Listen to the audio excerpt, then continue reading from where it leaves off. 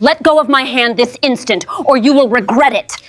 I apologize, but I need you to lower your voice. In a town like Veridia, pristine and perfectly manicured, a whisper carried more weight than a shout. And one name was always whispered with the most caution: Sterling. A mother might instinctively pull her child's hand a little tighter as she passed by. Shopkeepers would suddenly find the floor fascinating, avoiding eye contact at all costs. This was the world Eleanor Sterling had built for herself, a little kingdom founded on ice-cold stares and quiet, cutting remarks. For years, nobody dared to challenge her. They figured her power was absolute, her cruelty just a fact of life, but they never imagined the one to finally shatter that illusion would be a new waitress with absolutely nothing to lose. Eleanor Sterling wasn't just a millionaire's wife. She was an institution in Veridia. Her husband, Richard Sterling, was a man of quiet influence and old money, but it was Eleanor who wielded their status like a weapon. Her favorite battlefield was the town's most exclusive restaurant, the Gilded Spoon, a place of hushed tones and clinking crystal. For the owner, Mr. Abernathy, a visit from Mrs. Sterling was both a blessing for the restaurant's prestige and a curse for his staff.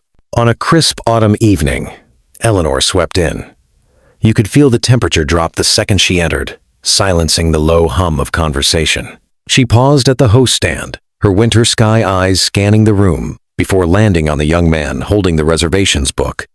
"There's a draft," she stated, not as an observation, but an accusation. "From the door. You've left it open too long. See to it." The host, who was barely 20, stammered an apology and rushed to check the heavy oak door that hadn't actually been opened in several minutes. Watching from near the service station was Clara, who was only in her second week as a waitress. She was in her late 20s, with a calm presence that seemed completely out of place in the face of such casual tyranny. Clara had moved to Veridia for a quiet life, not for drama, but she watched Eleanor's performance with a steady, analytical gaze. She looked past the expensive coat and the perfect hair and saw something else, a woman who seemed to feed on the unease of others. Her manager, Mr. Abernathy, scurried over, his face a mask of anxiety. "Clara," he whispered, "that's Eleanor Sterling. She's in your section tonight. Just be careful. Keep your head down. Agree with everything. Whatever you do, don't argue with her." Clara just nodded, her expression unreadable. "I understand, sir. Every restaurant has one." Mr. Abernathy gave a weak, unconvinced smile. "No, my dear," he sighed. "Believe me, not every restaurant has an Eleanor Sterling." He was right. Eleanor wasn't just a difficult customer. She was a master of psychological games, and Clara's section was now her stage. Clara approached the table with practiced neutrality. "Good evening, Mrs. Sterling. Can I start you with some water?" Eleanor didn't bother looking up from her menu. "Is it chilled properly today?" "Last time it was practically tepid.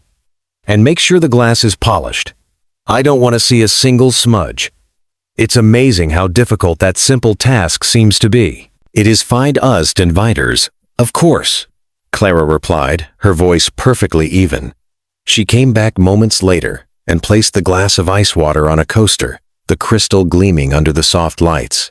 Eleanor held it up, inspecting it from every angle, like a jeweler examining a flawed diamond. When she couldn't find a single fault, she moved on. The specials are, as usual, uninspired. "I suppose I'll have the filet mignon, butterfly cut, but I want it cooked exceptionally rare, a blue sear. If it's even a shade past that, I'm sending it back. The sauce must be on the side, not touching the steak, and I want the asparagus spears aligned by size. Is that clear?"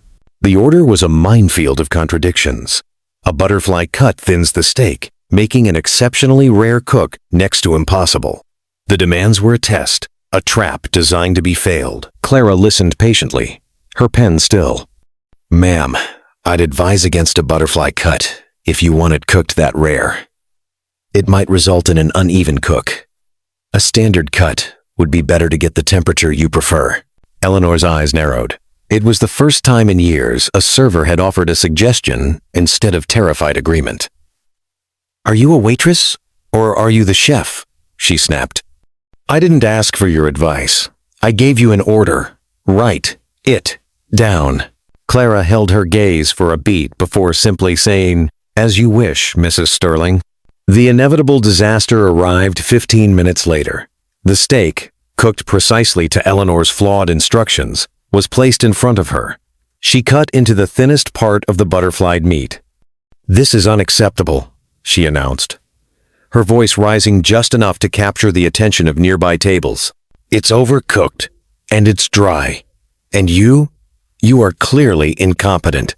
This was her moment, the grand finale of her performance. She pushed the plate away. "I will not be paying for this, and I expect you to be fired." The Gilded Spoon used to have standards. The dining room went quiet. Mr. Abernathy started rushing over, his face pale with horror. But Clara held up a hand, a small, subtle gesture, to stop him. She took a slow, deliberate breath. When she spoke, her voice wasn't loud, but it was so clear and calm that it cut through the entire restaurant. "Ma'am, just so I can be perfectly clear for the chef and for management," she began, her tone one of polite inquiry. "You ordered the filet mignon, butterfly cut, which I explained makes the steak thinner and more prone to cooking quickly." She paused. "You then insisted on it being cooked blue rare, a temperature that's very difficult to achieve with that cut.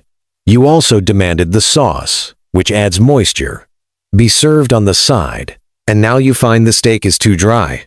She looked directly at Eleanor, her expression one of polite confusion. "So, just to confirm, the meal was prepared exactly as you demanded, against my professional recommendation, and you're saying the result is my incompetence?" Silence. Utter, deafening silence. Every patron had stopped eating. Every head was turned. Clara hadn't raised her voice. She hadn't been rude. She had simply held up a mirror, and in it, Eleanor's ridiculousness was reflected for everyone to see. In that instant, all the power and fear she commanded just vanished. All that was left was raw, public humiliation. Eleanor's face, usually a mask of cold porcelain, bloomed with a blotchy red tide. Her husband, Richard, just stared at his napkin, his shame almost a physical presence at the table. For the first time in her life, Eleanor Sterling was speechless. She was exposed, not as a powerful matriarch, but as a petty, foolish woman. She stood abruptly, her chair scraping loudly on the floor. Without a word, she turned and fled the restaurant, leaving behind her half-eaten meal, her embarrassed husband, and the ruins of her reputation. In the wake of Eleanor's escape, the restaurant buzzed. Several diners made a point of stopping by Clara's station to compliment her poise. Mr. Abernathy, who had been bracing for financial and professional ruin, just stared at Clara, a slow smile spreading across his face. "Well," he said, letting out a breath he seemed to have been holding for years, "I suppose that's one way to handle it." But for Eleanor, the confrontation was earth-shattering. Back home in her vast, silent mansion, the silence no longer felt like control. It felt like crushing loneliness. She couldn't stop replaying the scene in her mind. Clara's calm, questioning voice, the dozens of staring eyes, the pity on their faces. The fear she had built up for years had been her armor. And a simple waitress had shown her it was made of glass. Stripped of her power, she had to look at what was left. A lonely woman in an empty house, with a husband who barely looked at her, and a town that didn't respect her, but merely put up with her. The humiliation didn't just sting. It cracked her wide open. This was the moment everything changed for Eleanor. But when your entire identity is built on fear, how do you even begin to find a new path? That first step would be the hardest she'd ever have to take. A week went by. Veridia was buzzing with the story, but Eleanor Sterling was nowhere to be found. The whole town felt lighter. The air, less tense. Then, on a quiet Tuesday afternoon, the bell above the door of the Gilded Spoon chimed softly. It was Eleanor. But it was a version of her no one had ever seen before. She wore no jewelry. Her hair was pulled back simply. Her expensive coat was gone, replaced by a plain, modest one. She looked smaller, almost hesitant. She saw Clara polishing glasses at the bar and slowly walked over. Clara looked up, her expression neutral but not unkind. Eleanor stopped a few feet away, wringing her hands. "Miss," she started, her voice barely a whisper. I came to apologize." The words sounded foreign and clumsy coming from her. "My behavior was inexcusable. There is no reason, no justification for how I treated you, for how I've treated everyone." She looked at Clara, her eyes shining with unshed tears. "I don't expect you to forgive me.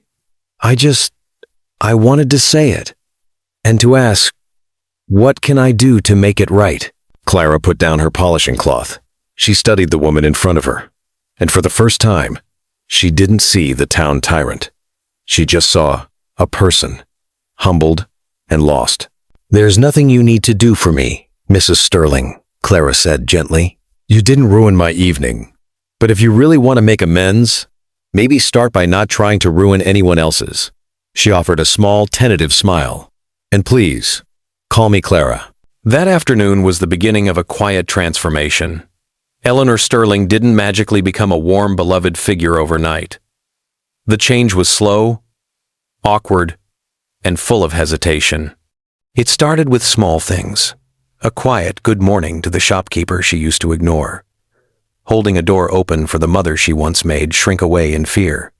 Months later, at the local farmer's market, an out-of-towner was loudly berating a vendor over the price of apples, his voice dripping with condescension.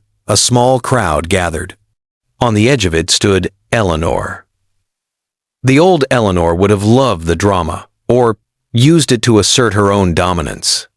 Instead, she stepped forward. In a calm, low voice, she spoke to the angry man. "Sir, Mr. Gable's apples are the best in the county. If the price is too high for you, perhaps you could just move on without trying to humiliate him." She then turned to the vendor, smiled, and said, "I'll take 2 bags, Mr. Gable."